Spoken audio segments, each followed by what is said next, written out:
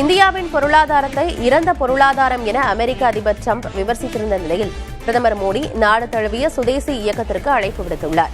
வாரணாசியில் பொதுக்கூட்டத்தில் பேசிய பிரதமர் மோடி, இந்தியா உலகின் 3வது பெரிய பொருளாதாரமாக மாற வேண்டுமெனில் ஒவ்வொரு கட்சியும், ஒவ்வொரு தலைவரும், ஒவ்வொரு குடிமகனும் உள்நாட்டு தயாரிப்புகளை ஊக்குவிக்க வேண்டும் என வலியுறுத்தினார். நமது கடைகள் மற்றும் சந்தைகளில் உள்நாட்டு தயாரிப்புகளை மட்டுமே விற்க உறுதியேற்க வேண்டும் என கேட்டுக் கொண்டார். உள்நாட்டில் தயாரிப்பதை ஊக்குவிப்பதை நாட்டிற்கு செய்யும் உண்மையான சேவை எனவும் இது நாட்டின் எதிர்காலத்தை வடிவமைக்கும் எனவும் பிரதமர் மோடி குறிப்பிட்டார்.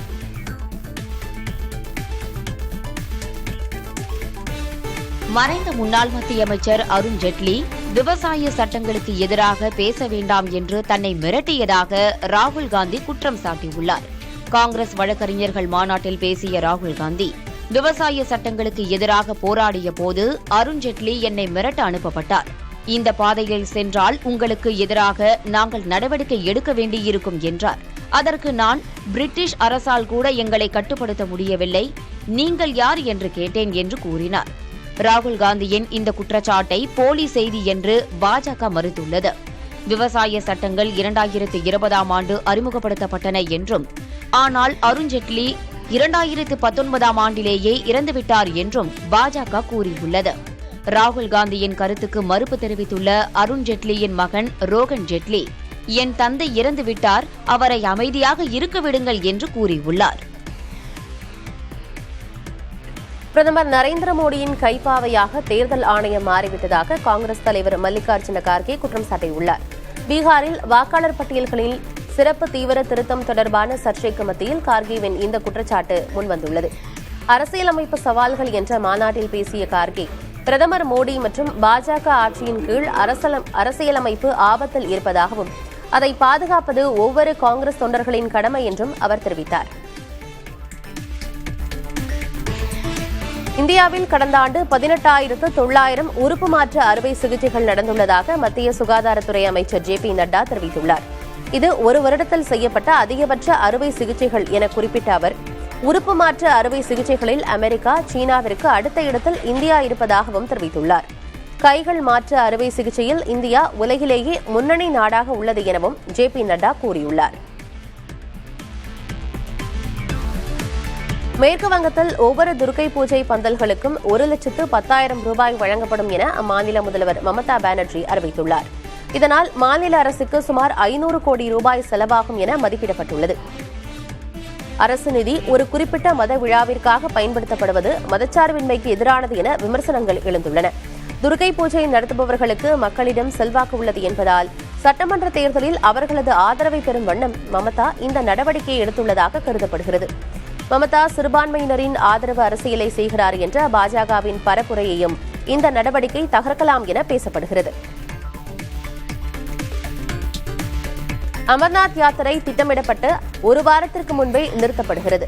ரக்ஷாபந்தன் நாளான ஆகஸ்ட் 9ஆம் தேதி வரை பக்தர்களுக்கு அனுமதி அளிக்கப்பட்டிருந்த நிலையில் இன்றுடன் முடிவடைகிறது. அண்மையில் பெய்துள்ள கனமழையால் மோசமான வானிலை நிலவுவதாகவும் இதனால் யாத்திரை பாதைகள் சேதமடைந்திருப்பதாகவும் அங்கு பராமரிப்பு பணிகள் மேற்கொள்ளப்படுவதாகவும் காஷ்மீர் நிர்வாகம் அறிவித்துள்ளது. அமர்நாத் யாத்திரைக்கு வரையறுக்கப்பட்டுள்ள பால்டல், பகல்காம் ஆகிய 2 வழித்தடங்களிலும் அதிக பணியாளர்கள் மற்றும் இயந்திரங்கள் உதவியுடன் பராமரிப்பு பணி மேற்கொள்ளப்படுகிறது. உத்தரப்பிரதேசத்தில் தொடர் கனமழையால் கங்கை நதியில் வெள்ளப்பெருக்கு ஏற்பட்டுள்ளது. பல வீடுகள் வெள்ளத்தில் மூழ்கிய நிலையில் ஒரு காவல் உதவி ஆய்வாளர் மட்டும் தன் வீடு முழுவதும் வெள்ளத்தில் மிதந்தாலும் வெளியேறாமல் வீட்டிலேயே தங்கியிருக்கிறார். அனைவரும் பாதுகாப்பான இடங்களுக்கு செல்ல முயன்றபோது இந்த காவலர் மட்டும் தன் வீட்டில் மார்பளவு நீரில் படுத்துக்கொண்டு கங்கை நீருக்கு பூக்களை தூவி வணங்கியுள்ளார். கங்கை தாயின் சீற்றம் தற்காலிகமானது, இது கடந்து போகும், நான் அஞ்சவில்லை என்று அவர் கூறும் வீடியோ வைரலாகியுள்ளது.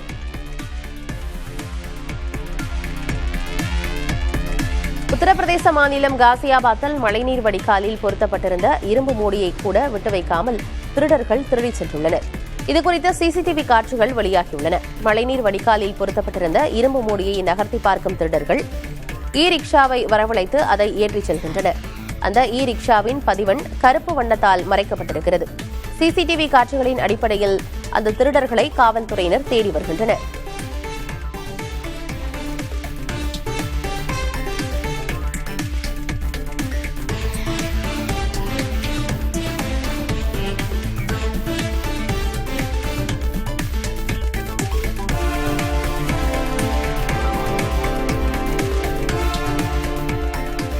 காசாவில் மனிதநேய உதவிகளை பெற காத்திருந்தவர்கள் மீது இஸ்ரேல் நடத்திய தாக்குதலில் மேலும் 18 பேர் உயிரிழந்தனர்.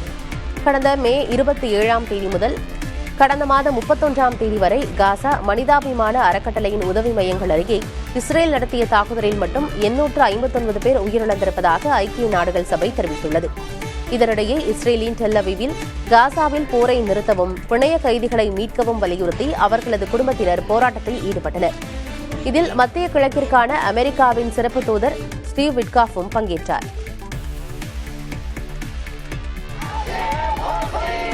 ஹமாஸால் பிடித்து வைக்கப்பட்ட பிணை கைதிகளை விடுவிக்க கோரி இஸ்ரேலில் பிணை கைதி சதுக்கம் முன்பு உறவினர்கள் போராட்டம் நடத்தினர். பிணை கைதிகளை விடுவிக்க ஒரு விரிவான ஒப்பந்தம் வேண்டும் என்றும் உடனடி போர் நிறுத்தம் வேண்டும் என்றும் அவர்கள் கோஷமிட்டனர்.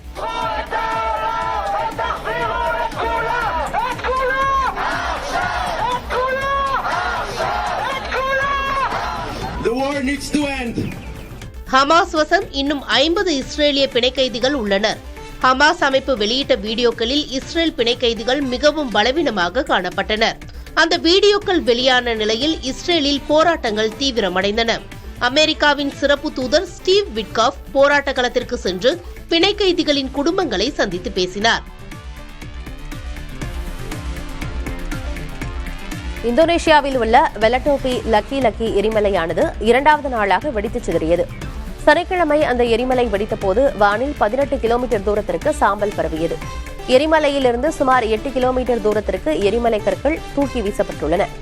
மழைப்பொழிவினால் எரிமலை குழம்பு பெருக்கெடுத்து ஓடக்கூடும் என்பதால் பொதுமக்கள் எச்சரிக்கையுடன் இருக்குமாறு இந்தோனேஷியாவின் புவியியல் நிறுவனம் அறிவுறுத்தியுள்ளது. இந்த எரிமலை வெடிப்பால் இதுவரை எந்த உயிரிழப்புகளும் ஏற்படவில்லை. த வெலட்டோபி லக்கி எரிமலை கடந்த நவம்பரில் வெடித்தபோது 9 பேர் உயிரிழந்தனர். ஆயிரக்கணக்கான வீடுகள் சேதமடைந்தன. இதனையடுத்து அந்நாட்டு அரசு எரிமலைக்கு அருகே வசித்த ஆயிரக்கணக்கானோரை வேறு இடத்தில் குடியமர்த்தியது. கடந்த ஜூலையில் இந்த எரிமலை வெடித்ததால் பல விமானங்கள் ரத்து செய்யப்பட்டதும் தாமதமானதும் குறிப்பிடத்தக்கது. பேட்மிண்டன் வீராங்கனை சாய்னா நேவாலும் அவரது கணவரும் பிரியும் முடிவை கைவிட்டுள்ளனர். தனது கணவர் பருப்பள்ளி காஷ்யப்புடன் இருக்கும் புகைப்படத்தை தனது சமூக வலைதள பக்கத்தில் பதிவிட்டுள்ள சாய்னா நேவால், சில நேரங்களில் தூரம் என்பது ஒருவர் நம் வாழ்வில் இருப்பதன் மதிப்பை புரிய வைக்கிறது என கூறியுள்ளார். மீண்டும் தங்களது உறவை கட்டமைக்க முயற்சிப்பதாகவும் தெரிவித்துள்ளார். சாய்னா நேவாலும் பருப்பள்ளி காஷ்யப்பும் கடந்த 2018ஆம் ஆண்டு திருமணம் செய்து கொண்டனர். 6 வருட திருமண பந்தத்துக்கு பிறகு கடந்த மாதம் சாய்னா நேவால் கணவரை பிரிவதாக அறிவித்தார். இது ரசிகர்களிடையே அதிர்ச்சியை ஏற்படுத்தியிருந்தது. இப்படியான சூழலில்தான் தனது முடிவை கைவிட்டுள்ளார் பேட்மிண்டன் வீராங்கனை சாய்னா நேவால்.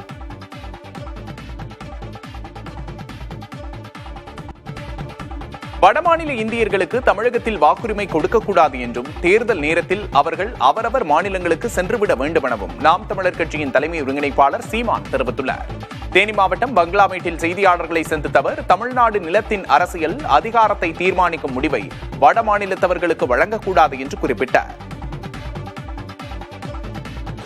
இந்த நாட்டின் இந்த நிலத்தின் அரசியலையும் அதிகாரத்தையும் அவன் தீர்மானிச்சிட மாட்டானா? அந்த வட இந்திய வாக்காளன் முழுக்க பிஜேபி வாக்காளன் தான், பிஜேபி ஓட்டர்ஸ் தான். வாக்குரிமை கொடுக்க கூடாது, வாக்குரிமை கொடுக்க கூடாது. நீ இரு, தேர்தல் வரும்போது நீ போய் மண்ணில் ஓட்ட போட்டு வா, அவ்வளவுதான் சொல்றேன். நடிகையும் முன்னாள் எம்பியுமான ரம்யாவுக்கு ஆபாசமான செய்திகளை அனுப்பியதாகவும் பாலியல் வன்கொடுமை மற்றும் கொலை மிரட்டல் விடுத்ததாகவும் எழுந்த புகாரில் பெங்களூரு காவல்துறையினர் 2 பேரை கைது செய்தனர். மேலும் இதேபோன்ற செயல்களில் ஈடுபட்ட 11 பேர் கண்டறியப்பட்டிருப்பதாகவும் அவர்கள் கைது செய்யப்படுவார்கள் என்றும் பெங்களூரு காவல் ஆணையம் தெரிவித்துள்ளது. ரசிகர் ரேணுகாசாமியின் குடும்பத்தினருக்கு நிதி கோரியதால் தனக்கு நடிகர் தர்ஷனின் ரசிகர்கள் மிரட்டல் விடுப்பதாக ரம்யா புகார் தெரிவித்திருந்தார்.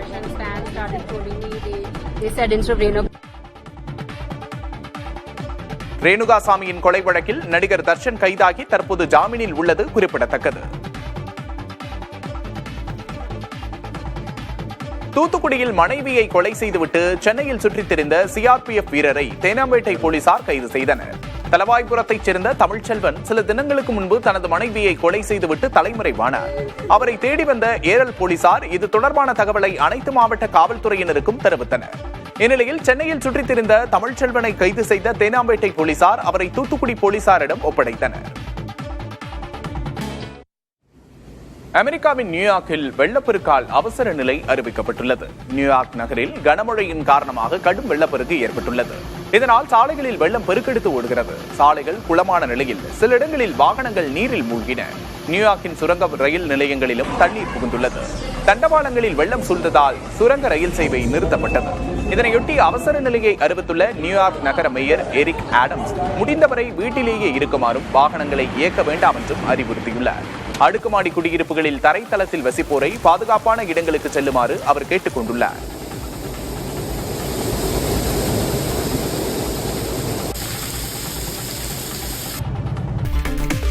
நடப்பு மாதத்தில் பொது விடுமுறை நாட்கள் அதிகம் இருப்பதை அடுத்து வெளியூர்களுக்கு செல்ல அதிகம் பேர் விரும்புவதால் விமான கட்டணம் பன்மடங்கு உயர்ந்துள்ளது. குறிப்பிட்ட சில உள்ளூர் விமான சேவைகளின் கட்டணம் அதிகபட்சமாக 80% வரையிலும், வெளிநாட்டு விமான சேவைகளின் கட்டணம் 65% வரையிலும் அதிரடியாக உயர்ந்துள்ளது. டெல்லி மும்பை, டெல்லி பெங்களூர், மும்பை கோவா ஆகிய வழித்தடங்களில் ஜூலையுடன் ஒப்பிடுகையில் ஆகஸ்டில் விமான டிக்கெட் கட்டணம் 40 முதல் 60% வரை உயர்ந்துள்ளது. டெல்லி பெங்களூரு டிக்கெட்டும் 9,000 ரூபாய் வரை உயர்ந்துள்ளது. இது வழக்கத்தை விட 50% அதிகம்.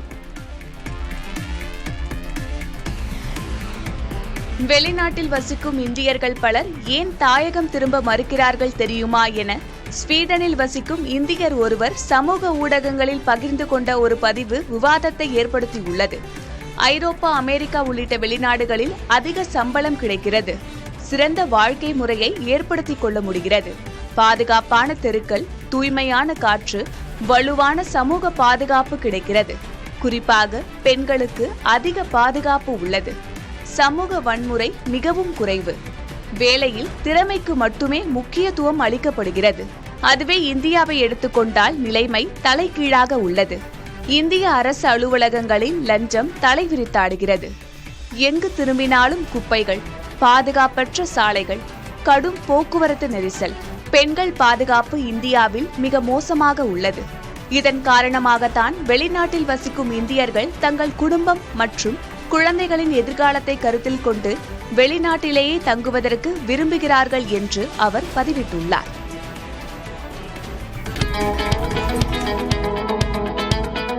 இந்தியாவில் கார்கள் விற்பனை 2 மாத சரிவிற்கு பிறகு ஜூலை மாதத்தில் 1% மட்டுமே அதிகரித்துள்ளது. ஜூலையில் 3,48,000 கார்கள் மட்டுமே விற்கப்பட்டிருக்கின்றன. மாருதி சுசுகியின் விற்பனை 0.2% மட்டுமே அதிகரித்து 1,37,776 கார்கள் விற்கப்பட்டிருக்கின்றன. மஹிந்திரா அண்ட் மஹிந்திரா நிறுவனத்தின் விற்பனை 20% அதிகரித்து 49,871 கார்களும், எம்ஜி மோட்டார்ஸ் நிறுவன விற்பனை 46% அதிகரித்துள்ளது. ஹூண்டாய் மோட்டார்ஸின் விற்பனை 10%, டாடா மோட்டார்ஸின் விற்பனை 12% குறைந்துள்ளது.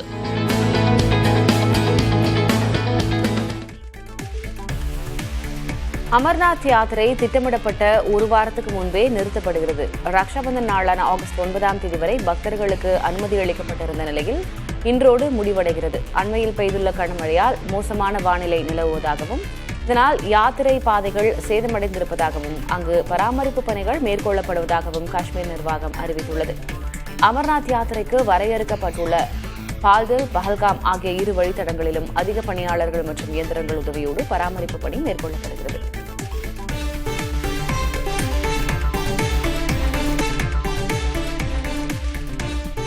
உப்பு நீரிலும் சாகுபடி செய்யும் வகையில் புதிய டான் 5 நெல் வகை அறிமுகப்படுத்தப்பட இருப்பதாக கோவாவின் வேளாண் அமைச்சர் ரவி நாயக் கூறியுள்ளார். கோவா சட்டப்பேரவையில் எழுத்துப்பூர்வமாக பதிலளித்த அவர், உப்பு நீர் மற்றும் வெள்ளம் பாதிக்கும் பகுதிகளிலும் வளரும் வகையில் 2026ஆம் ஆண்டின் காரிஃப் பருவத்தில் இந்த நெல் அறிமுகப்படுத்தப்படும் என தெரிவித்தார். 10 முதல் 15 நாட்களுக்கு வெள்ள நீர் தேங்கி நின்றாலும் மகசூல் பாதிக்காது என தெரிவித்த அவர், 40க்கும் மேற்பட்ட விவசாயிகள் தற்போது பரிசோதனை செய்ய பயிரிட்டுள்ளதாக கூறினார். ஸ்பேஸ் எக்ஸ் விண்கலம் வெறும் 15 மணி நேரத்தில் 4 விண்வெளி வீரர்களை சர்வதேச விண்வெளி மையத்திற்கு வெற்றிகரமாக கொண்டு சேர்த்திருக்கிறது. இந்த நால்வரும் அங்கு 6 மாதங்கள் தங்கியிருப்பார்கள். இவர்களையும் சேர்த்து சர்வதேச விண்வெளி மையத்தில் தங்கியிருப்போரின் எண்ணிக்கை 11ஆக உயர்ந்திருக்கிறது. 15 மணி நேரத்தில் சர்வதேச விண்வெளி மையத்தை அடைந்தது அமெரிக்காவில் இது முதன்முறையாக இருந்தாலும், வெறும் 3 மணி நேரத்தில் சர்வதேச விண்வெளி மையத்துக்கு சென்ற ரஷ்யாவின் சாதனையை இன்னும் எந்த நாடும் முறியடிக்கவில்லை.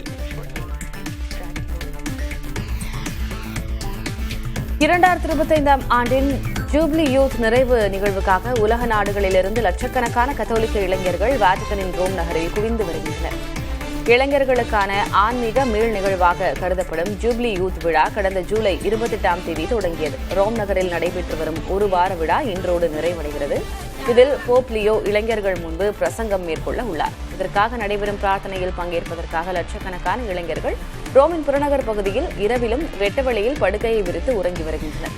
இதற்கு முன்பு 2000வது ஆண்டு ஜூப்ளி யூத் நிகழ்வு நடைபெற்றது. 25 ஆண்டுகளுக்கு ஒருமுறை ஜூப்ளி யூத் நடைபெறுகிறது.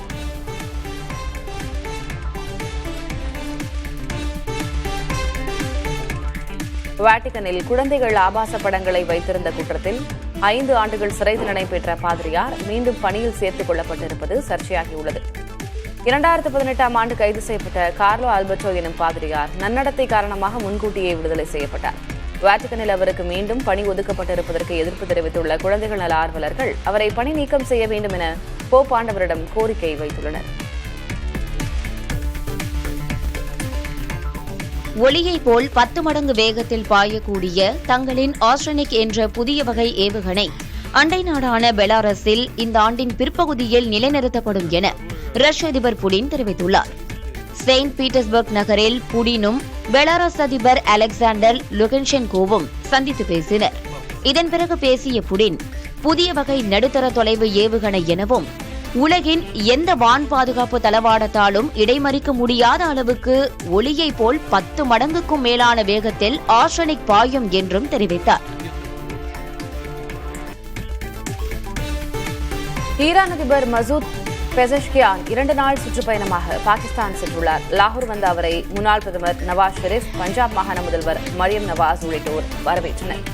இதைத் தொடர்ந்து இஸ்லாமாபாத் செல்லும் ஈரான் அதிபர் அங்கு பாகிஸ்தானின் அதிபர் ஆசிப் அல் ஜர்தாரி, பிரதமர் ஷபாஸ் ஷெரீப் மற்றும் மூத்த அமைச்சர்களை சந்தித்து பேச உள்ளார். அப்போது இருதரப்பு உறவு குறித்து பேச்சுவார்த்தை நடைபெறுகிறது. ஈரான் அதிபராக மசூத் பெசஷ்கியானின் முதல் பாகிஸ்தான் பயணம் இதுவாகும். முன்னதாக பாகிஸ்தான் பிரதமர் ஷபாஸ் ஷெரீப் கடந்த மே மாதம் ஈரான் சுற்றுப்பயணம் மேற்கொண்டது குறிப்பிடத்தக்கது.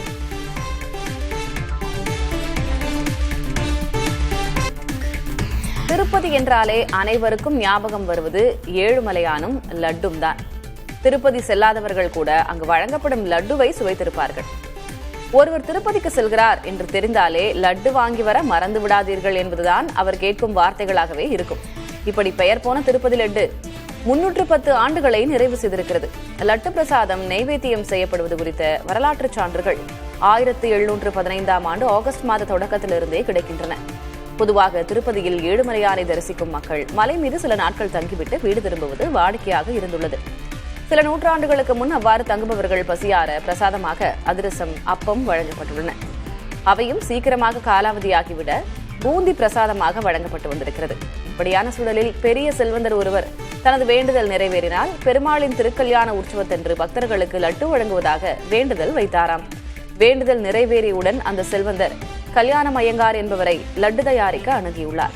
அவர் தயாரிக்க தொடங்கிய லட்டுகள் திருப்பதியின் அடையாளமாகி 310 ஆண்டுகளாக பக்தர்களின் நாவையும் மனதையும் தித்திக்கச் செய்கிறது. எட்டனாவிற்கு விற்பனையாக தொடங்கிய திருப்பதி லட்டு இன்று 50 ரூபாய்க்கு விற்பனையாகிறது. அதன் அளவும் சுருங்கி இருக்கிறது. ஆனால் புவிசார் குறியீட்டோடு திருப்பதியின் அடையாளமாக நிலைத்திருக்கிறது. இந்தியா இங்கிலாந்து இடையேயான 5வது டெஸ்ட் போட்டி விறுவிறுப்பான கட்டத்தை எட்டியுள்ளது. இப்போட்டியில் முதலில் பேட் செய்த இந்தியா 224 ரன்களும், தொடர்ந்து பேட் செய்த இங்கிலாந்து 247 ரன்களும் எடுத்தன. தொடர்ந்து தனது 2வது இன்னிங்ஸில் இந்தியா 396 ரன்கள் குவித்தது. சதம் விளாசி ஜெய்ஸ்வால் 118 ரன்கள் எடுத்தார். இதனையடுத்து 374 ரன்களை வெற்றி இலக்காக கொண்டு களமிறங்கிய இங்கிலாந்து 3ஆம் நாள் ஆட்ட நேர முடிவில் ஒரு விக்கெட் இழப்புக்கு 50 ரன்களை எடுத்துள்ளது. இதனால் 4ஆம் நாளிலேயே போட்டியின் முடிவு தெரிந்துவிடும் சூழல் ஏற்பட்டுள்ளது. பாலியல் வன்கொடுமை வழக்கில் முன்னாள் பிரதமர் தேவகவுடாவின் பேரனும் முன்னாள் எம்பியுமான பிரிஜ்வல் ரேவண்ணாவுக்கு ஆயுள் தண்டனை விதித்து பெங்களூரு சிறப்பு நீதிமன்றம் பரபரப்பு தீர்ப்பு வழங்கியுள்ளது. முன்னதாக நீதிமன்றத்தில் பிரிஜ்வல் ரேவண்ணா ஆஜரானார். தண்டனை விவரங்கள் தொடர்பான வாதத்தின் போது குறைந்தபட்ச தண்டனை வழங்குமாறு அவர் சத்தமாக கதறி எழுதார். வீட்டு பணிப்பெண்ணை மிரட்டி பாலியல் வன்கொடுமை செய்த வழக்கில் குற்றவாளி என்று தீர்ப்பளிக்கப்பட்ட நிலையில் பிரிஜ்வல் ரேவண்ணாவுக்கு ஆயுள் தண்டனை விதித்து நீதிபதி தீர்ப்பளித்தார். நீதிமன்றத்துக்கு அவரது குடும்பத்தைச் சேர்ந்த ஒருவர் கூட வரவில்லை என்று கூறப்படுகிறது. பிரிஜ்வல் ரேவண்ணா கைது செய்யப்பட்டு 14 மாதங்களில் நீதிமன்றத்தில் விசாரணையை தொடங்கி 8 வாரங்களில் தீர்ப்பு வழங்கப்பட்டுள்ளது.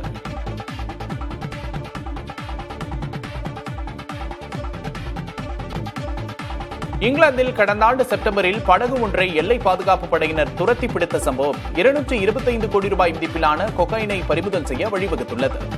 காரன்வால் கடற்கரையில் சந்தேகத்திற்கிடமாக நின்றிருந்த படகினை எல்லை பாதுகாப்பு படையினர் விரட்டி பிடித்து அதிலிருந்த 3 கைது செய்தனர். அவர்கள் போதைப்பொருள் கடத்தலில் ஈடுபட்டது கண்டறியப்பட்டது. இது தொடர்பாக விசாரணை நடத்தி வந்த அந்நாட்டு சட்ட அமலாக்கத்துறை அதிகாரிகள் சர்வதேச போதை கடத்தல் கும்பலை சேர்ந்த 7 பேரை கைது செய்துள்ளனர். மேலும் 225 கோடி ரூபாய் மதிப்பிலான கொக்கைன் போதைப் பொருளையும் பறிமுதல் செய்துள்ளனர். 12 நாட்களுக்கு பிறகு அண்ணா அறிவாலயம் வந்த திமுக தலைவரும் முதலமைச்சருமான ஸ்டாலின் கட்சி நிர்வாகிகளோடு மீண்டும் 1-to-1 ஆலோசனை மேற்கொண்டார். 2026 சட்டமன்ற தேர்தல் பணி தொடர்பாக தொகுதி வாரியாக கட்சி நிர்வாகிகளை முதலமைச்சர் மு க ஸ்டாலின் அண்ணா அறிவாலயத்தில் நேரில் சந்தித்து கருத்துக்களை கேட்டு வருகிறார். அந்த வகையில் உத்தரமேரூர் சட்டமன்ற தொகுதி நிர்வாகிகளை நேரில் சந்தித்து கருத்துக்களை கேட்டறிந்தார். உடல் நலக்குறைவு காரணமாக முதலமைச்சர் ஸ்டாலின் மருத்துவ சிகிச்சையில் இருந்ததால் 3 வாரத்துக்கு பிறகு மீண்டும் 1-to-1 சந்திப்பு நடைபெற்றது. இந்த சந்திப்பின் போது உத்தரமேரூர் சட்டமன்ற தொகுதி நிர்வாகி ஒருவர் மனம் திறந்து பேசிய வீடியோவை முதலமைச்சர் தனது இணையதள பக்கத்தில் பதிவிட்டுள்ளார்.